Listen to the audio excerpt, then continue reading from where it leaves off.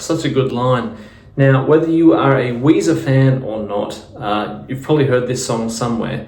If you're anything like my wife, you would have heard this on a Mary-Kate and Ashley song called Holiday in the Sun.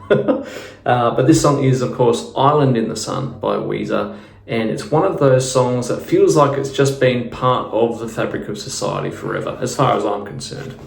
Now, I taught this the other day and was surprised to find that it's only got a couple of chords in there, and it's in standard tuning. A lot of Weezer songs are tuned half a step down, so it was nice to have one where you didn't have to change anything. It was pretty simple, straightforward, and it was fun to play. It's a great song.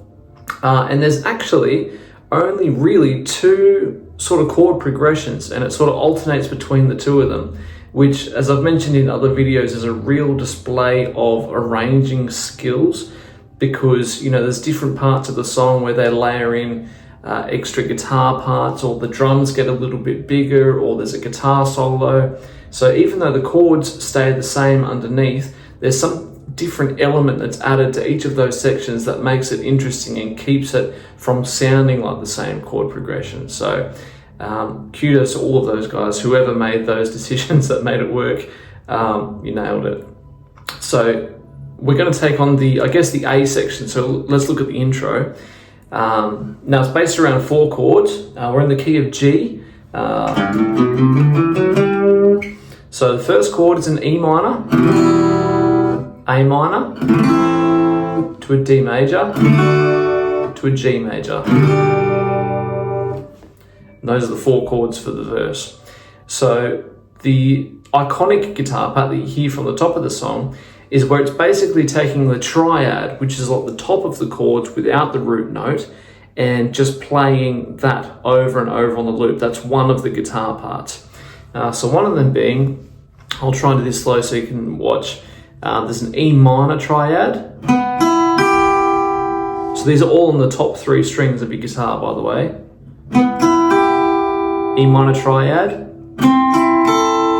A minor triad, D major triad, G major triad, E minor, A minor, D major, G major. Put it all together, sounds like this.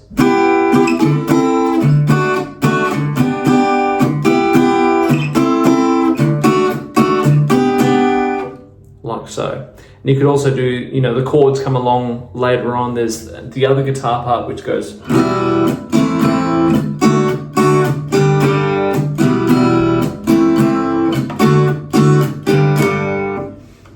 So put those together, that's your rhythm part. Now I thought I'd point something out before we move on, is it's one of those rhythm parts where the syncopation is coming from the left hand, the fretting hand, and the right hand is pretty consistent. So I'll show you what I mean is, you know, when you play this part, just watch the right hand. It just continues on, it sort of pedals just round and round, up and down, up and down. But the syncopation and the timing changes come from the fretting hand. So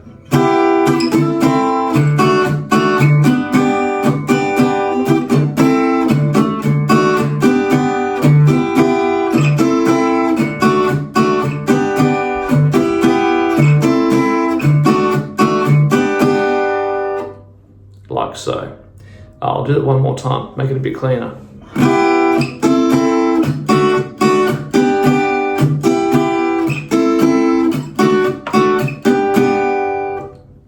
And then you're into, I guess that depending on who you ask, it's sort of the bridge of the song, where it's like the big power chords, you know, the drums on the big crash cymbals.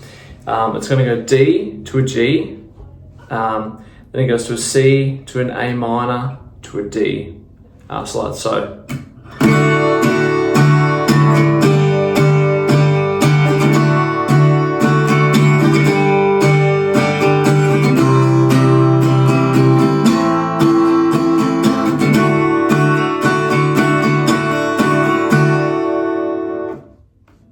So on and so forth.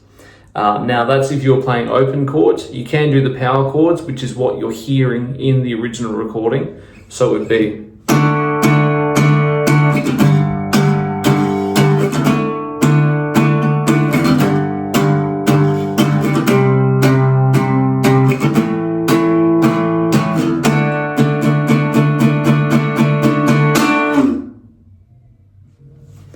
pretty much the song.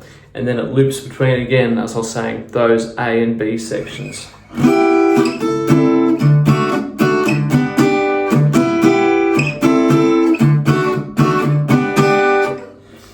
Now, the cool thing about this, and it's almost a Nirvana-esque way of playing solos, where it's not specifically playing in a unique or independent solo from the song. It's basically just mirroring what the vocal is. So it's a...